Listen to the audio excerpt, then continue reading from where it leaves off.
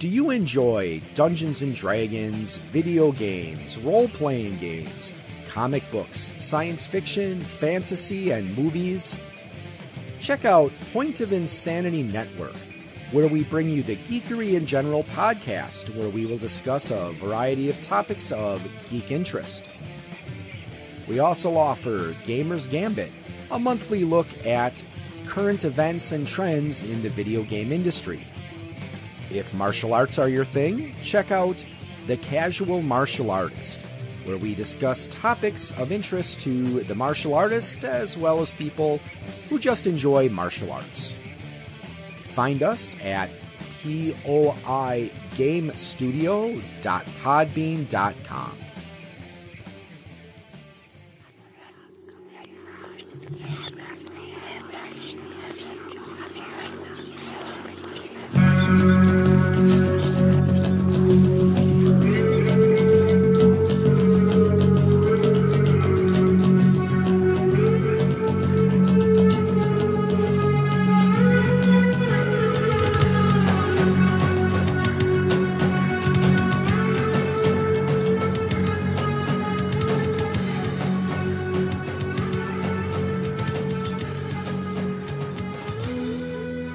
Welcome back to Queens of the Damned, a horror podcast.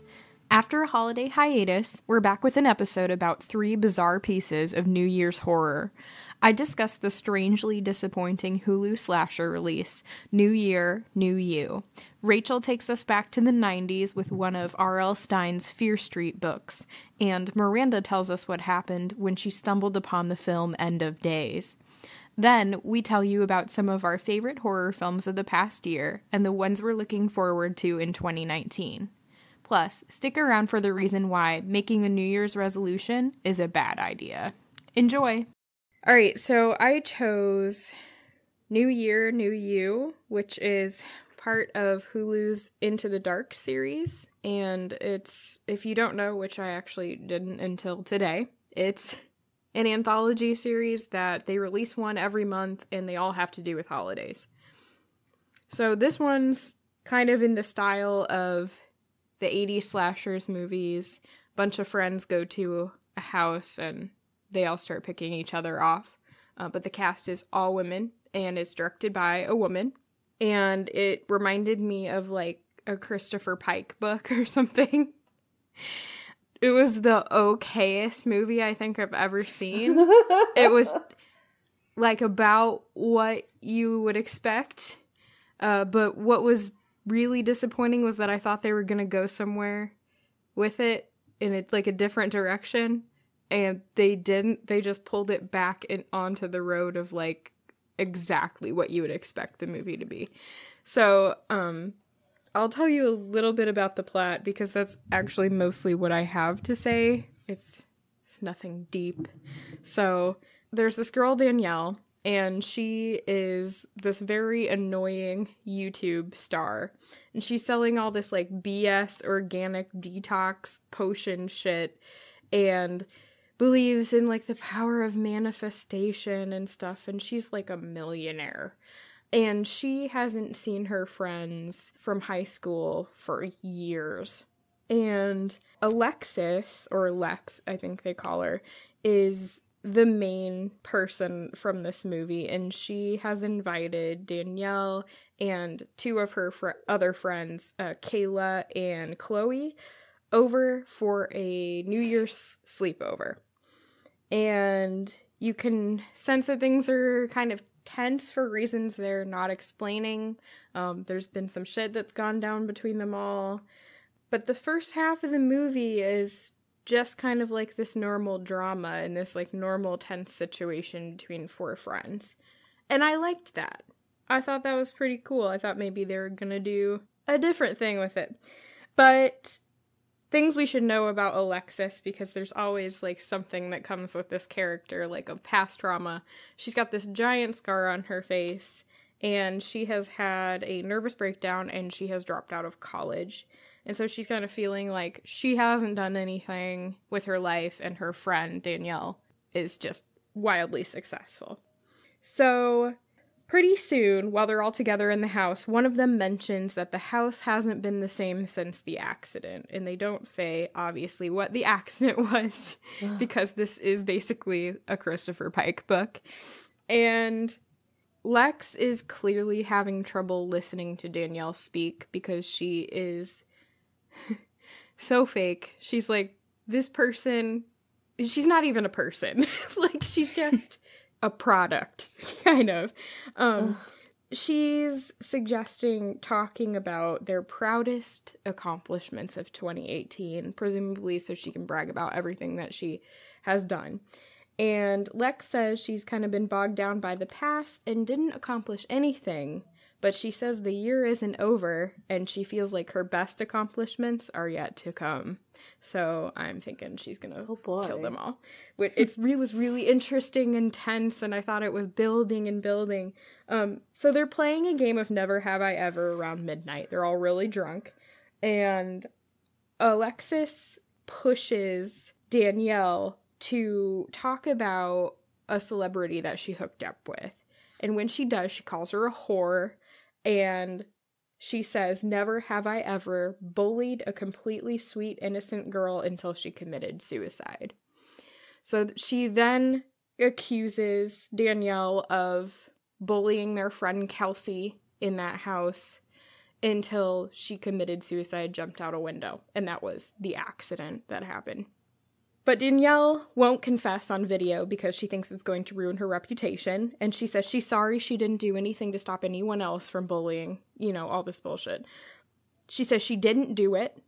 And then convinces, and this is where I kind of lose all interest in this movie.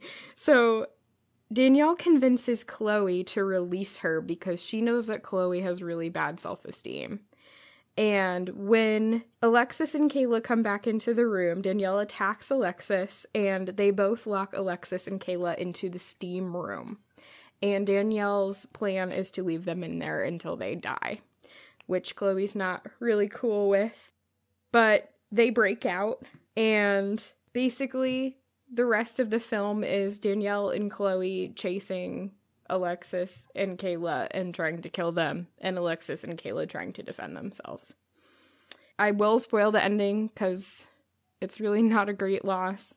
Alexis pushes Danielle out the window into the pool and kills her, and then she effectively becomes her. She gets away with it by saying that Kayla's girlfriend shows up at some point, and they kill her. But she gets away. It's a forensic nightmare, and it would have never played out this way, and it's so loosely held together.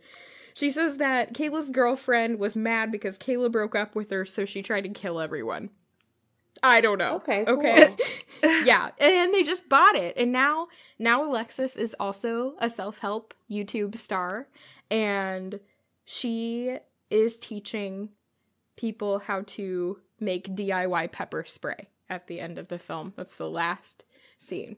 In remembrance of her dear friend Danielle, who just couldn't defend herself. Huh. So, did either of you get a chance to watch this? I don't think either of you did. I watched it, I tried to watch it on New Year's Day, but I fell asleep. I slept through the whole movie. Because I wonder why. I thought it was boring. It wasn't great. This movie kind of discusses the idea of what if instead on New Year's Day you became your worst possible self, or you suddenly showed your true colors. Awesome concepts. Not much else there. It critiques that self-help wellness thing that's more about selling stuff than it is about actual meaningful improvement, which cool, but they laid it on so thick that it just came off as corny instead of a commentary. But I thought I might end this, since I don't have anything else to say, about why you shouldn't make a New Year's resolution. Because it goes along with this movie. So, according to an article in Forbes, New Year's resolutions don't work.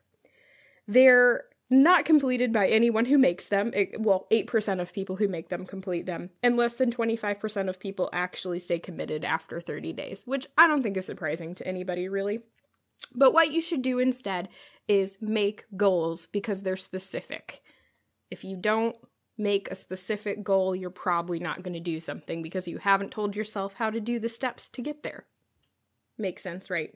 Then an article on Mashable says, what you should focus on is temporal comparison, which is a fancy way of saying, like, don't think about yourself compared to someone else, i.e. Alexis and Danielle, but think about yourself compared to yourself in another time.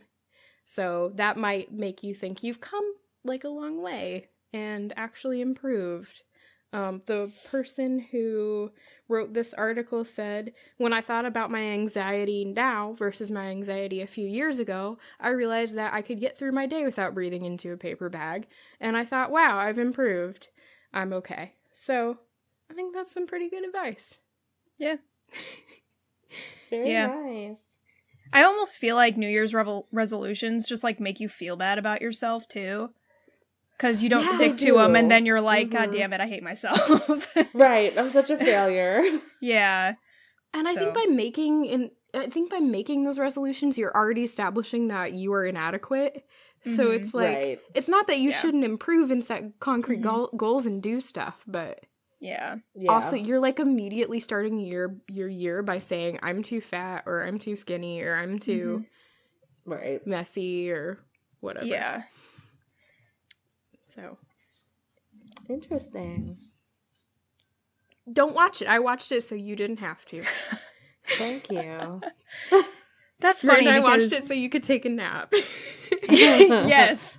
It's funny because I heard the one that, I didn't watch it, but the one that Hulu put out for Christmas, I heard really good things about.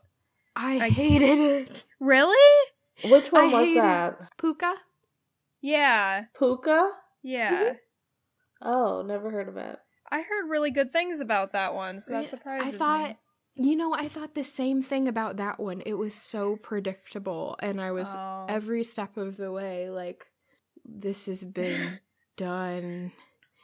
And it was a really unique concept, and I was like, oh, this is so cool, we have to watch it, and it was just like a downer the whole time. That That's sucks. too bad. Hulu's trying to be Netflix and apparently failing at it miserably. Well, this is like, I think this series is almost, I don't know if you guys ever used to watch. I think it's on Hulu, or at least it used to be. It's called Masters of Horror. And it's basically all of these legendary horror writers and directors. And it was like an anthology show on, I don't know, like Showtime or Cinemax or something. And they would do an episode.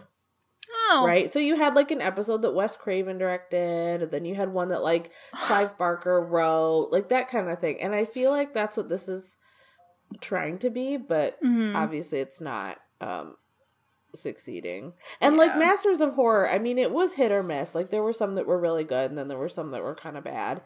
But it was a neat concept. I mean, that's an anthology to begin with. They're hit or miss, but it seems the two that I've watched are just so formulaic that it's hard to get much enjoyment out of them.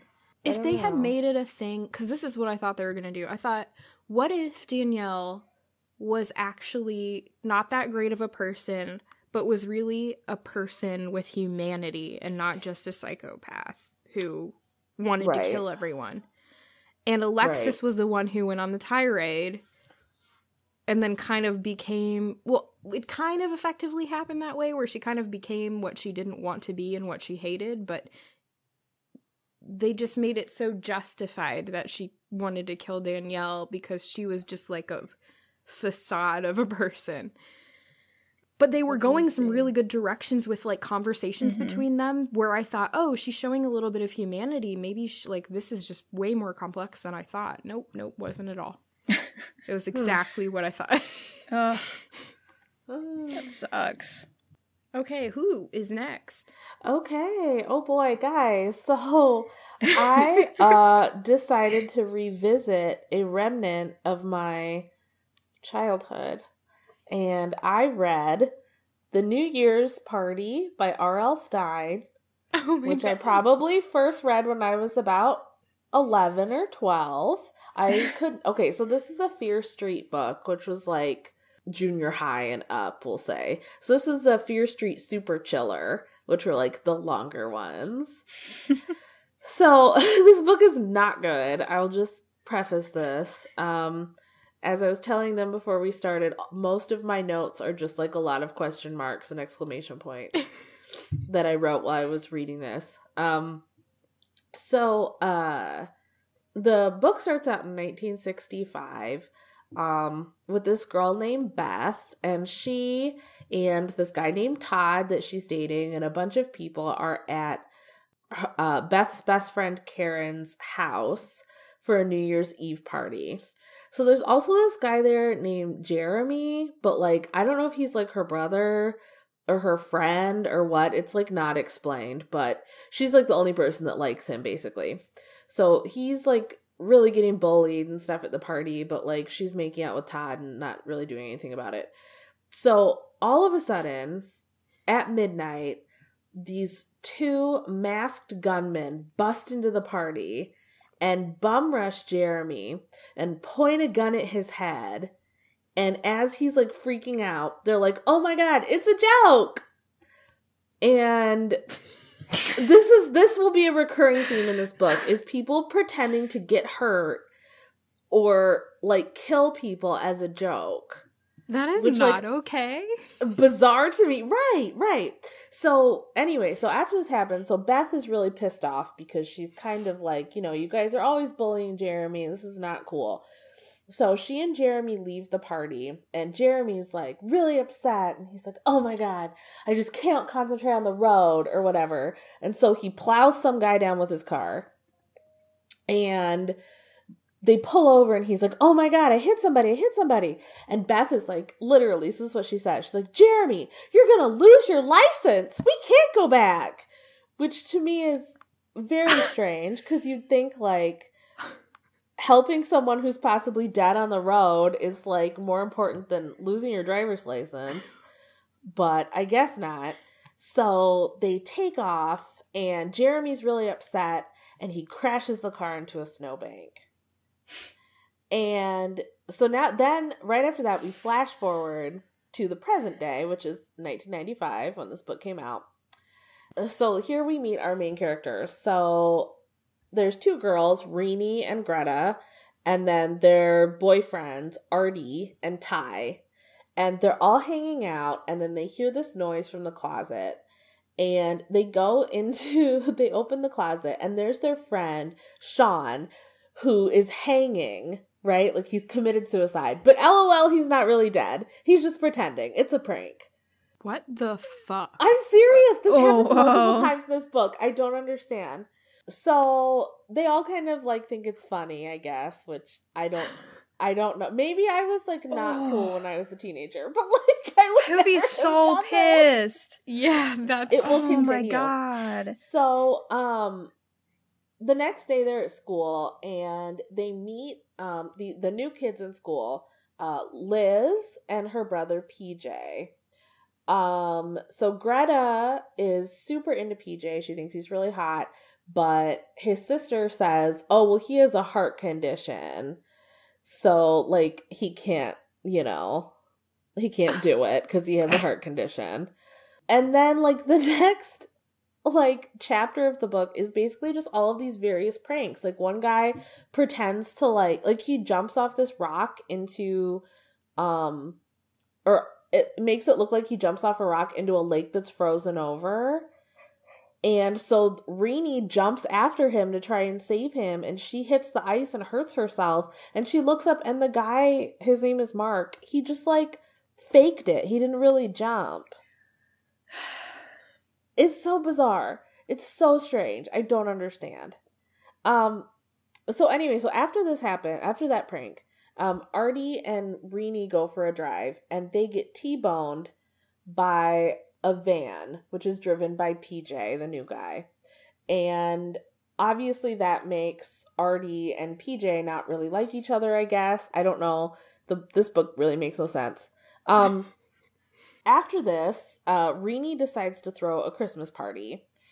And Artie insists that she invite PJ so that they can play the ultimate prank on him. So they're going to have this popular girl named Sandy invite him Oh my to the God. party. Is he gonna die because of his heart on. condition? Just wait. So they're going to have this popular girl named Sandy invite him to the party and kind of be all over him, right, at this party. And then she's going to kiss him and pretend to die after she kisses him, like the kiss of death.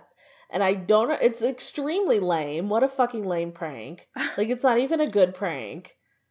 And I don't understand their obsession with pretending to die. But, okay.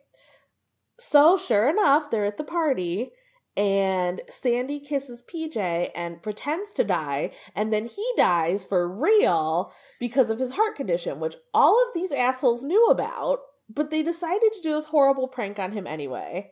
So, these people are all terrible and deserve to be punished. And then all of a sudden we flash back to 1965. I don't know what this plot at this point has to do with the rest of the book. But Beth and Jeremy climb out of the car after it's crashed in the snowbank. And they try to find the guy that Jeremy hit, but he's gone. They try to flag down passing cars, and no one will stop. And so then they go up to this house, and they know people are home because lights are on and they can hear people talking. And they're banging on the door, and no one's answering. So they go back to the car, and Beth sees dead bodies inside and realizes that it's them, that they are dead. And then we flash forward to 1995 again.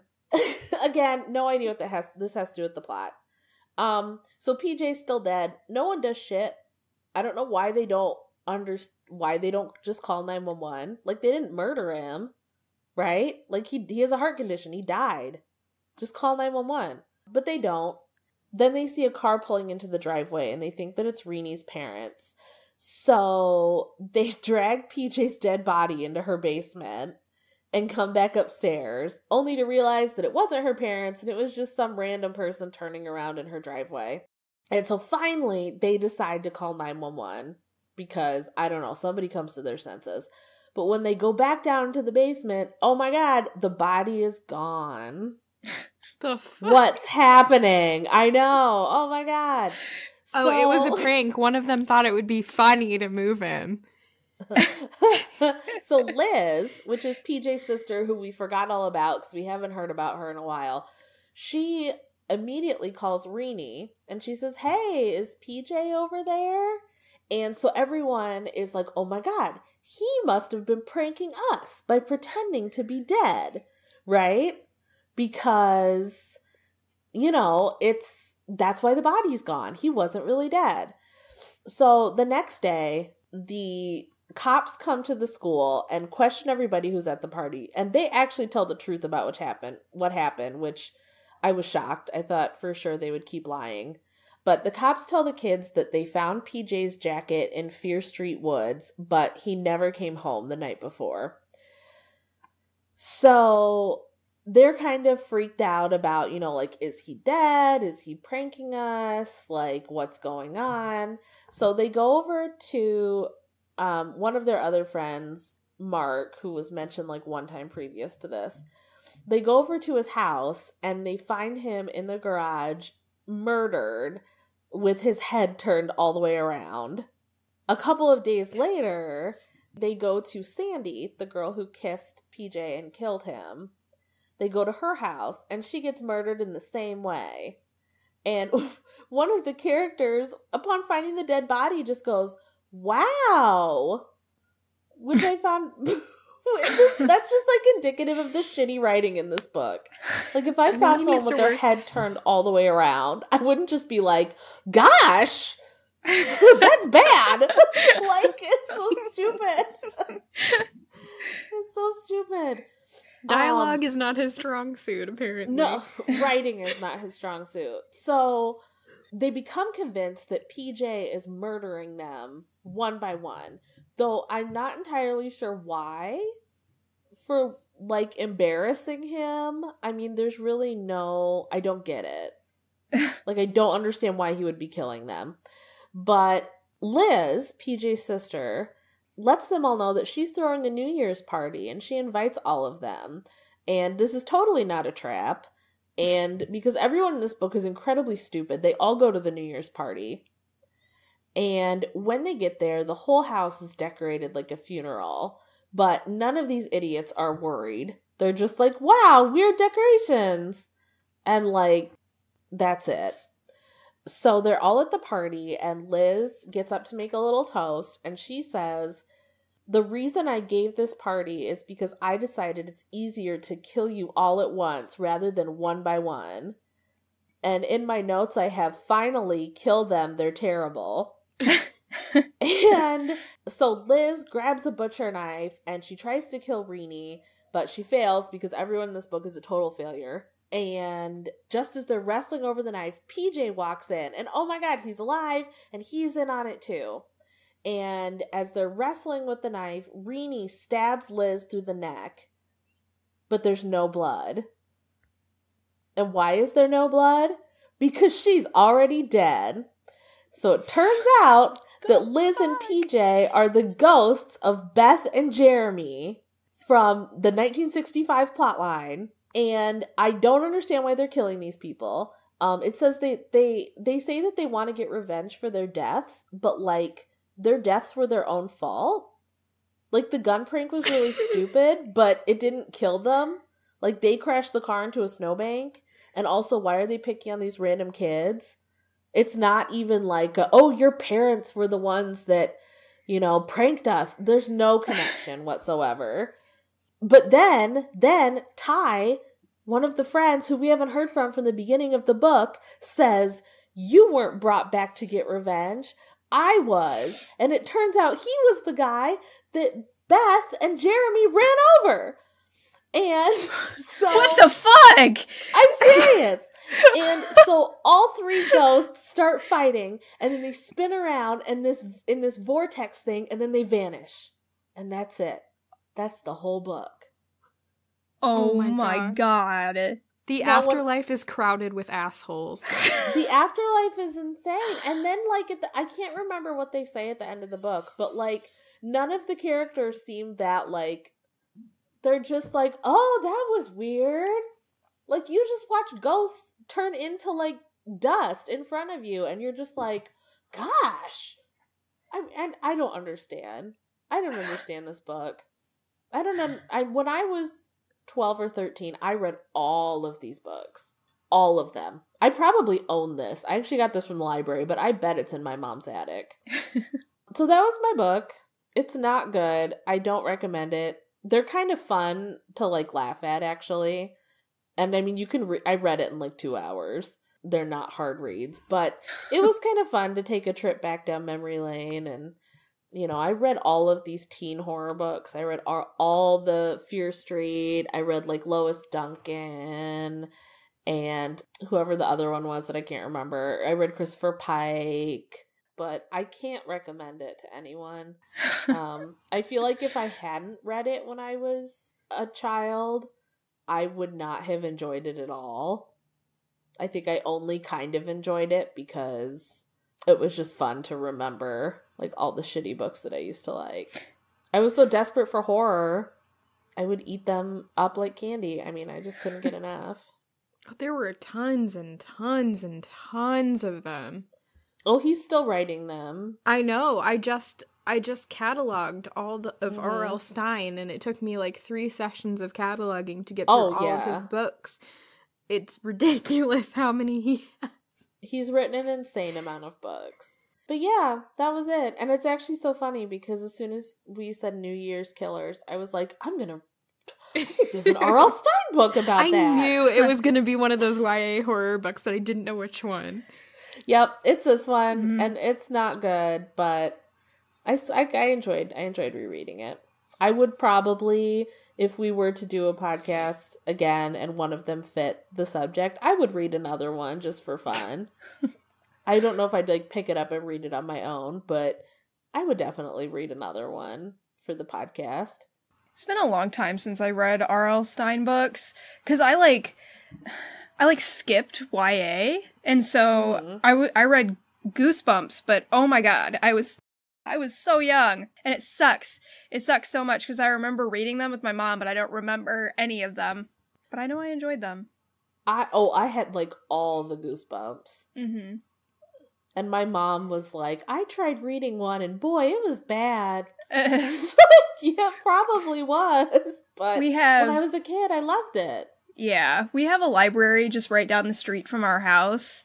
And that was like something that my mom and I did during the summer. We would just walk down there, grab a bunch of Goosebumps books, walk back home and read them together.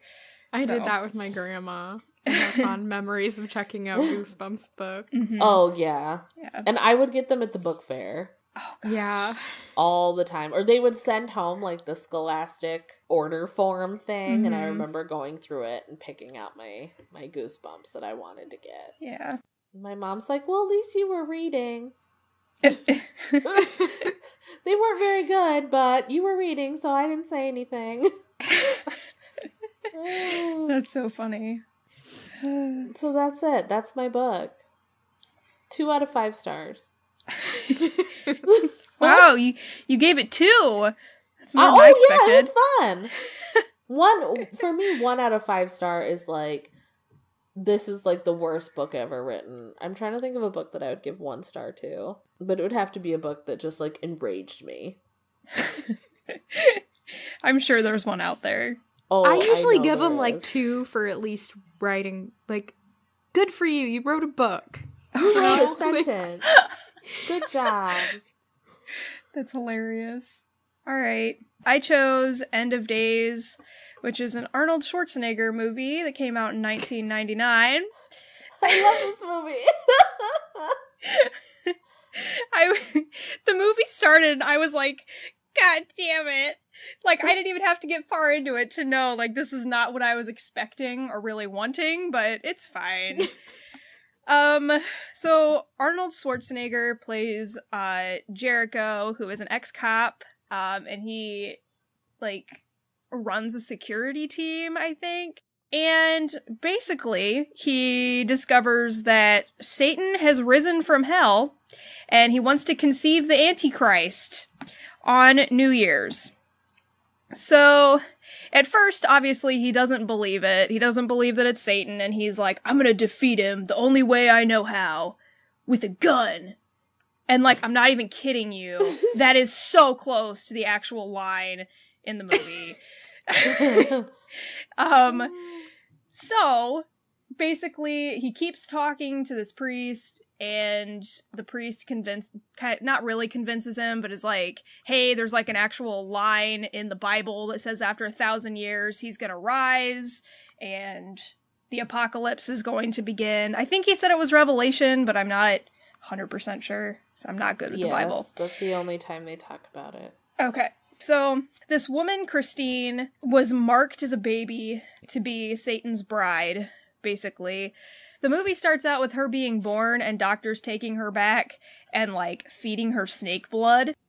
Yeah, so basically this all starts out with Jericho just trying to save Christine, and then he gets kind of drawn into this whole ending the apocalypse mess. Satan attempts to turn Jericho onto his side because he knows that he's protecting Christine, and he kind of uses his family against him because his family was killed while he was, like, out on a job, and he promises to give him back his family, and he refuses. And I swear to God, he, like, almost kills Satan, like, 100 times in this movie. He does every possible thing he can, and obviously it's Satan, so he doesn't die. But it's kind of fun to watch how many different ways he attempts to kill him, because it happens, like, every 5 minutes. So, Jericho and Christine ultimately find out that pretty much everybody they know is on Satan's side and is trying to help him get to Christine. So they can't really trust anybody. But then there's, like, this really epic scene in a subway where Satan ends up, like, getting blown up, basically, and his body is destroyed. So he is, like, released into the world without a body. But Jericho and Christine, like, find their way into a church and hide out in this church. And this is, like, the big ending scene. And honestly, I can't ruin this for you because it's exactly how you would expect the movie to end. There's absolutely no other way that it could possibly end. So Satan bursts through the church's floor after he destroys all of the windows and sets the statues and paintings on fire and all that kind of stuff. And he reveals his true form, which is actually pretty cool. He's kind of like a giant bat thing. And he goes into Jericho and almost impregnates Christine. But Jericho fights back because he finds his faith and he asks God for help. And he kills himself before the Antichrist can be conceived. And then Satan becomes a giant ball of fire and then gets sucked back into hell because he failed. And that is the movie. And it is pretty much, like I said, this movie came out in 1999. It's pretty much like every other early 2000s Arnold Schwarzenegger action movie you could watch. I mean, there's nothing surprising about it. And while I was watching it, I was kind of like, I don't even know if this counts as a horror movie. But I'm like an hour and a half in, and I'm not going to stop. I paid like $4 for this movie. I would call it a horror movie. Like a supernatural thriller. Yeah. It has that like early 2000s action movie feel more than it does like a early 2000s horror movie. And I think that's the only reason where I was like, does this even count? But I mean, it has Satan in it, so I would think it would. Yeah. But yeah. Satan and Gabriel Byrne as Satan. Yep. And He's so great. The girl that plays Christine, I can't remember her name right now, but she is in The Craft. It's Robin Tunney. Yes. I like this movie. It's stupid, but I find it to be enjoyable. It's a fun movie to watch. It just wasn't what I was expecting, so I was just sitting there watching it like, there's no turning back now. Here I am. But yeah, I mean, it's a fun movie. It was just, it was very predictable. Mm-hmm. It was exactly what you would expect from a movie like this. Mm-hmm. But yeah. And I was kind of, when I was watching it, I was kind of thinking about, I don't know if you guys saw this, but recently an article came out. I can't remember which website it was posted on, but it was somebody talking about how exorcism movies aren't popular anymore and why The Exorcist isn't scary anymore. Huh. No, but that's stupid. It was the dumbest thing I'd ever read. I was like, you should send that article though. I'd be interested to read it. Yeah, I think I shared it on Facebook, so I'll have to go through my timeline to find it. But they said something about like Americans aren't afraid of the unknown anymore, and I was just like, what? Wow. Where did you get that from? Yeah, it was the dumbest thing. I was just sitting there reading it and thinking about all of like the satanic and possession, exorcism movies that are still coming out all the time. There was just one in the theater. Yeah. The Possession of Hannah Grace or Hannah... Yeah, something like that. There's a ton of them on Netflix that are new. Yeah, but I anyways. don't know if that's one that will ever die as long as Christianity is a thing. Or even the concept of it, even without that, I think the concept of this innate evil is not something that's going to easily go away for most of us. I don't know. I was raised Catholic, so I can't, like, disentangle myself from it. Well, I didn't grow up with any sort of religious system, and I'm still really into this stuff, and I think we'll pretty much always be interested in it no matter what, so, yeah. Oh, I'm with you. I mean, it's pretty ingrained in our society. Mm-hmm. I mean, coming from a puritanical background, it's really ingrained in just the fabric of our society. Yeah. Right. Well, good choices, everybody. Even Well, though that none of was us were super thrilled about anything that we picked. That was still a trip, though. Like, That was. I can't believe we all picked things that we were just kind of like, eh. That's gotta be the first time. I think it is. Yikes. I think it is. Maybe New Year's movies and books just aren't good, and that's why they're not popular. Yeah. Well, it's not as exciting as of a holiday as like Christmas and. No, but I think some really cool things could be done surrounding it. Like, there's that whole mythos of, like, the new self in the starting over and all that's like prime horror movies. You could do so much with it, but no one has. That I know. Be kind of interesting to see, like, some sort of, like, have you guys read William Wilson? I would think you have, by Edgar Allan Poe. No? I actually haven't. Oh my god, I've that's like heard of that. Oh, it's like one of my favorite short stories by him. It's like the main character finds out there's like a doppelganger of him called William Wilson, and it's it's like the quintessential. That sounds kind of familiar. Yeah, it's like now that you say that, the doppelganger book. But like, I feel like something like that having to do with New Year's would be really cool. You know, like New Year, New Me concept, and then all of a sudden there's like this new you floating around. Yeah. I don't know. I think that would be cool. Would be awesome.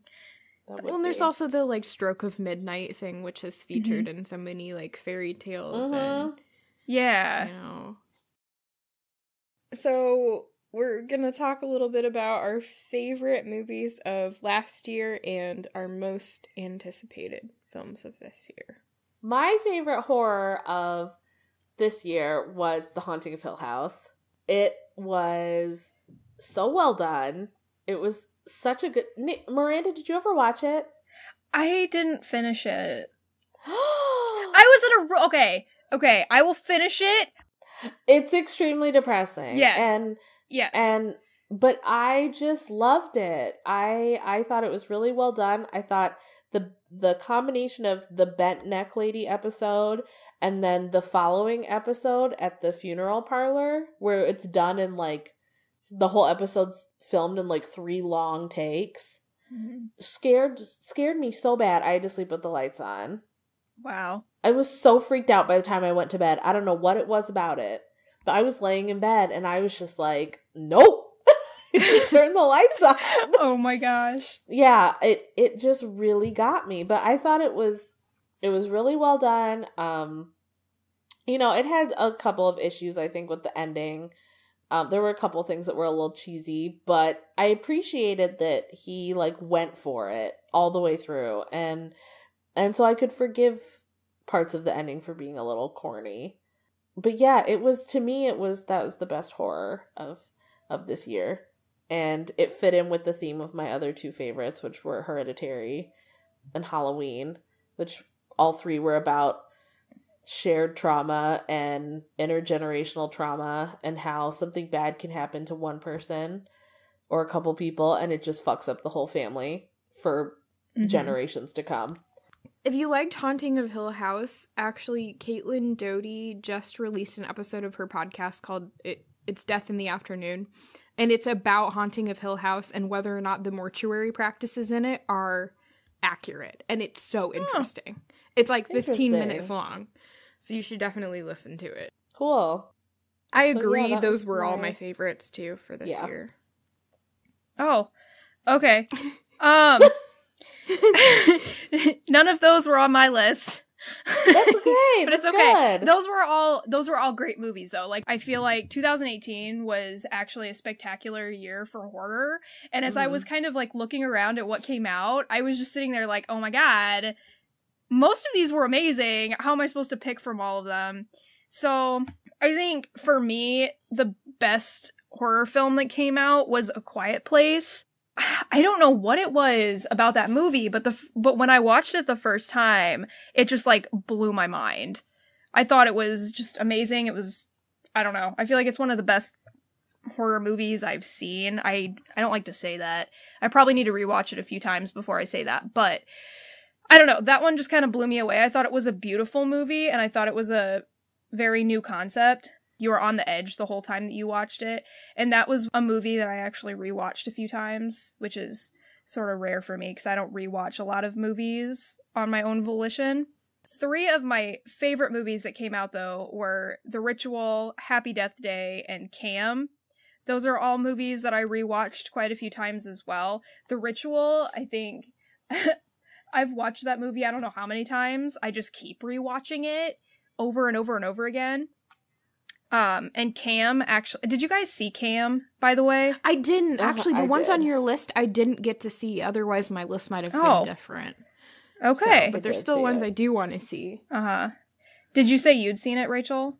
Mm-hmm. Yeah, I really liked it. I loved Cam, and I especially loved that it was directed by a Cam girl. I thought that was really cool. Yeah. But I love that movie. I think it's a gorgeous movie. And it's a entirely new concept, and it's well executed.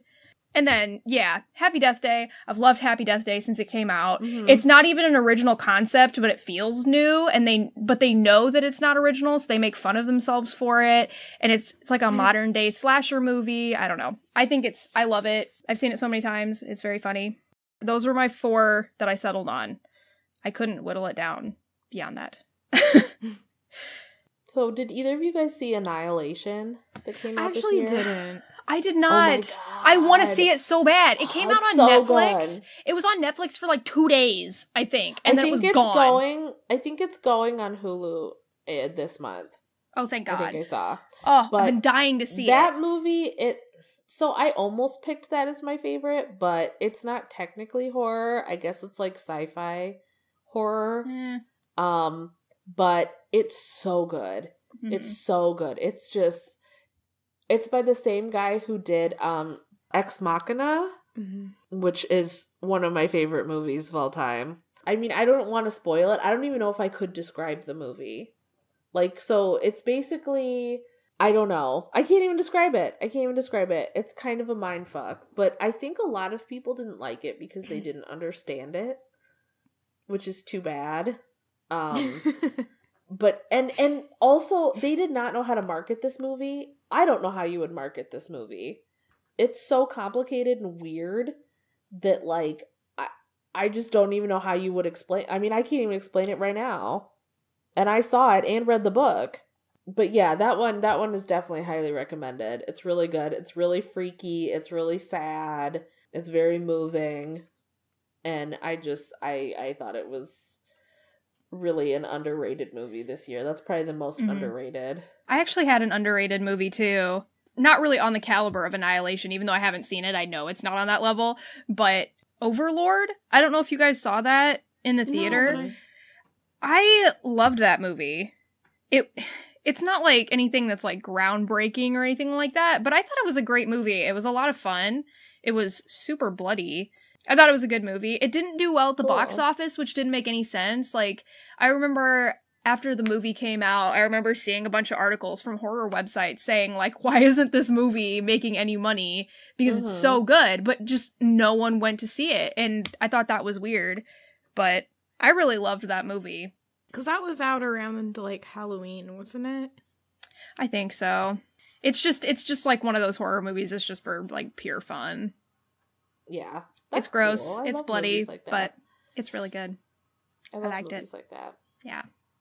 So what are your guys' most anticipated of 2019? Us. Which is Jordan Peele's new movie. Yes, that's on my list! I can't wait! Oh my god, I saw the trailer. It's called Us.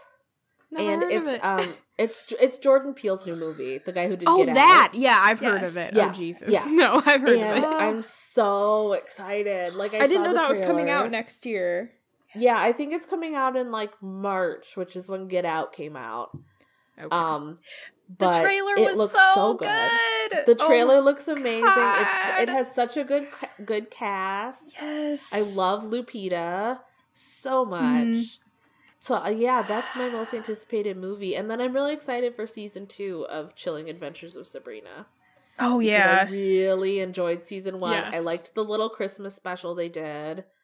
And so now I'm excited for season 2. Mm-hmm. Me too. It's so cute and so funny. Yeah. It is. It's just a lot of fun and ridiculous, but it knows that it's ridiculous. I'm excited for Pet Sematary. That's the one that I wanted. I wanted to see a good adaptation made of that. So I hope. Yes. I forgot that was coming out next year. I did hope too. That it's good. And I just saw Aquaman, and they're showing the Pet Sematary trailer before Aquaman, and I totally forgot about it. Mm-hmm. Wow. That's sad. Yeah, Us was on my list, but also Happy Death Day to You, which I think that comes out on Valentine's Day, and I'm hoping to see that on Valentine's Day. But also Godzilla, King of Monsters. It looks so good. Oh, yeah, I forgot about that. It looked so good, so I'm super excited. I just hope that it is, I don't know. So, like, the first Godzilla movie that came out a couple years ago, I liked it, but it was so focused on the human characters, and it took way too long for Godzilla to show up. And I was like, I just don't care about these people. Where is Godzilla? That's fair. I paid $7 to see Godzilla, and all I'm seeing is Bryan Cranston, who I love Bryan Cranston, but, like, not that much. Right. Yeah, that's fair. And I like Elizabeth Olsen, but not that much. I'm here for Godzilla. So hopefully this, because this is going to have, like, Rodan, and I don't know, is Mothra going to be in this one? Yeah, Mothra and Ghidorah. Yeah. I'm hopeful that it will be mostly focused on the monsters, but then they cast, like, Millie Bobby Brown and everybody. Oh, and I forgot season 3 of Stranger Things. I'm also looking forward to that of next year. Oh. Didn't they put a trailer out on New Year's Eve or something? Yeah, they announced that when it's coming out. I think it's coming out on the 4th of July. Oh, okay. Yeah.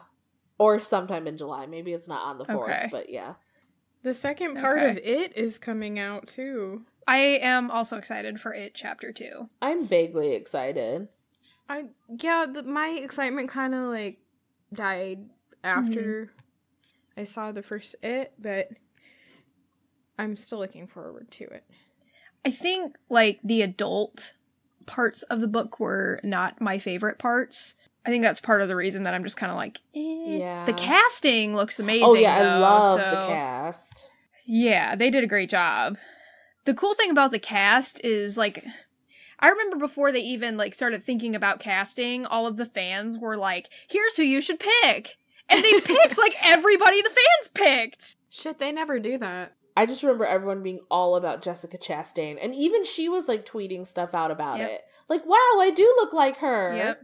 And then I didn't realize that in August of next year, Midsommar is coming out. And that's the second movie from the guy who did Hereditary. Yes, and I don't know who's going to be on it. I could be making this up, but is that a horror adaptation of Midsummer Night's Dream? I don't know. It just says, let me see. Let me see what Wikipedia is going to tell me. Midsommar. Because I feel like either I dreamed I saw a trailer for a horror adaptation. Okay, you definitely haven't seen a trailer, because it's not... Okay. Yeah. It's, I mean, I have no idea. They just finished filming in October. But it says, a couple travels to Sweden to visit their friend's rural hometown for its fabled Midsummer Festival. What begins as an idyllic retreat quickly devolves into an increasingly violent and bizarre competition at the hands of a pagan cult. Cool. Sold. That sounds like something I'll like. I'd watch it. Definitely not based on the Shakespeare, though. No. I have no idea where I got that. Who knows? But that was actually a really good idea. I was just, like, sitting here thinking about what that would be like. I actually think that sounds like a really good idea, though. Huh. But yeah, anyway, that's another one that I'm really excited for. I want them so badly to do well at making the La Llorona movie. Know, but I kind of feel like they're going to fuck it up. I really want it to be good, but then the lead is Linda Cardellini, who's white, and so that doesn't give me hope. Really? Ugh. Considering it's a Mexican legend. I'm like, I don't think she's Mexican, guys. Who's directing it? Is it a white guy? I don't know. Let me click it. Well, I don't know. His last name is Chavez. Okay. That's all I can tell you. I mean, and also Linda Cardellini is playing a character with the last name Garcia. And I'm kind of like, I don't think that your last name is Garcia. Maybe she is, though. I don't know. Maybe I'm being totally ridiculous. Maybe just, like, she has an Italian last name because her dad was Italian. Maybe she is Latina. I don't know. I hope I'm wrong. I hope she is Latina. Don't know. Nope. She sure isn't, because... Did you say no? Because when I googled Linda Cardellini Latina, the first article is an article from People magazine that says The Curse of La Llorona faces controversy for casting white actress. Cool. Great. I know. That just really... Why? I mean, it's not like Linda Cardellini is like... Who I actually really like her. but it's not like she's like this huge household name. It's not like she's Jennifer Lawrence, where like people will come see this movie because she's in it. And again, it's not that hard to find a Latina actress, I would assume. Right. Like, I never get it when they do that. It's like, just find someone who's that ethnicity. Right. Or that race. Like, just find them. They're there. They want parts. Like, they're just as good. Right. Just cast them. Right. Yeah. But then it seems like they made a lot of the supporting cast Hispanic, which is fine, but why not the lead? Why? Like, yeah, especially that's so then why make her last name Garcia? I mean, I really don't understand that, but I will probably still watch it whenever it goes on Netflix or HBO or whatever. Mm-hmm. Did you guys know they were making a new Grudge this year? No. Cool. And there's also another Stephen King and Joe Hill movie coming out called In the Tall Grass. Oh my god. Yeah, that's the most fucked up story that has ever been written. All I'll say, because I'm guessing Amanda hasn't listened to the audiobook, is at one point when they mention, I think it's like slurping. Do you know what I'm talking about, Nikki? Oh, yes, yeah, I do. I just remember listening to that in the car, and I thought I was going to throw up, and... Me too, I was so nauseated. And I borrowed it from the book rack, and I remember when I borrowed it, Harmony was like, I want to listen to it next. So I brought it back, and I was like, Harmony, just get ready. I'm like, I'm not going to spoil it, but like, prepare yourself. And after she listened to it, she said the same thing. She's like, oh my god, I thought I was going to be sick. It's a great... I liked it, though. It did its job, for sure. It was weird and disorienting and just messed up. It was. I don't know how it's gonna go with the film adaptation. I think it might be kind of boring as a film, because I feel like not a lot happens. It's a lot of psychological stuff. Huh. Like, the concept is a field you walk into, you can't find the exit. Right. Oh, okay. And then there's Glasses coming out. All these movies I forgot about. Oh, yes! There's so many that are coming out. I forgot about that one too. That one's gonna be good. Yeah, Escape Room already came out. I heard that one was just okay. And I have to say that I'm kind of looking forward to the third Annabelle movie, just because the second one was really good. Like, the first one was shitty, but the second one was really good. I have a feeling you're going to be disappointed just because, I don't know, The Nun was really bad. I know, but it was so bad. It was so bad. It really was. Conjuring spin-offs, like, or at least with, I don't know. Because I feel like Annabelle was shitty, but Annabelle 2 was really good.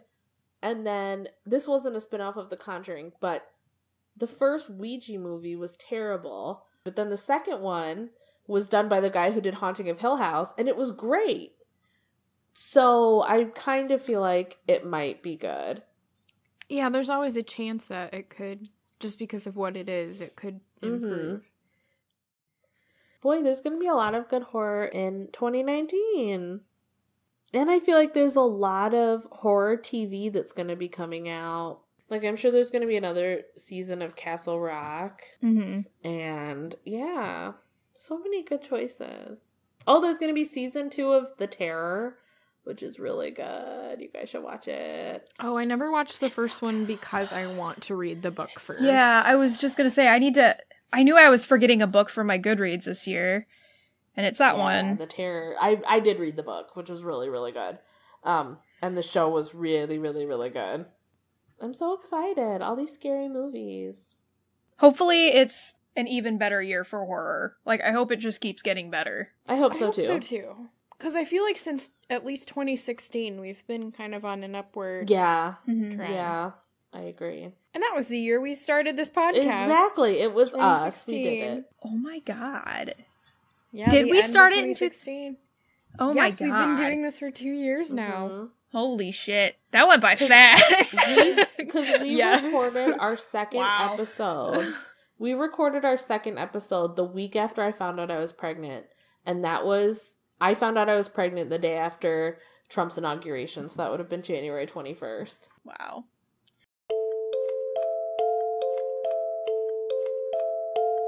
Thank you so much for listening. Don't forget you can follow us on Twitter at QOTD Podcast, on Facebook at facebook.com/QOTD Podcast, Tumblr at queensofthedamnpodcast.tumblr.com, and YouTube at Queens of the Damn Podcast.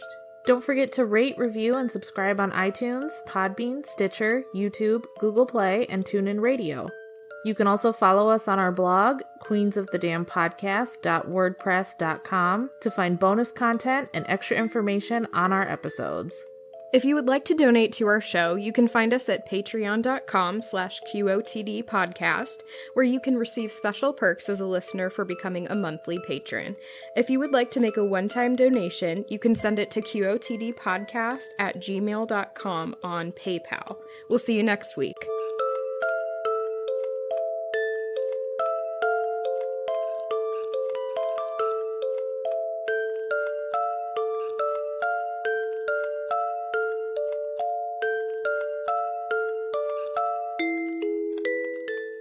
Hi, kitty. Hello, kitty.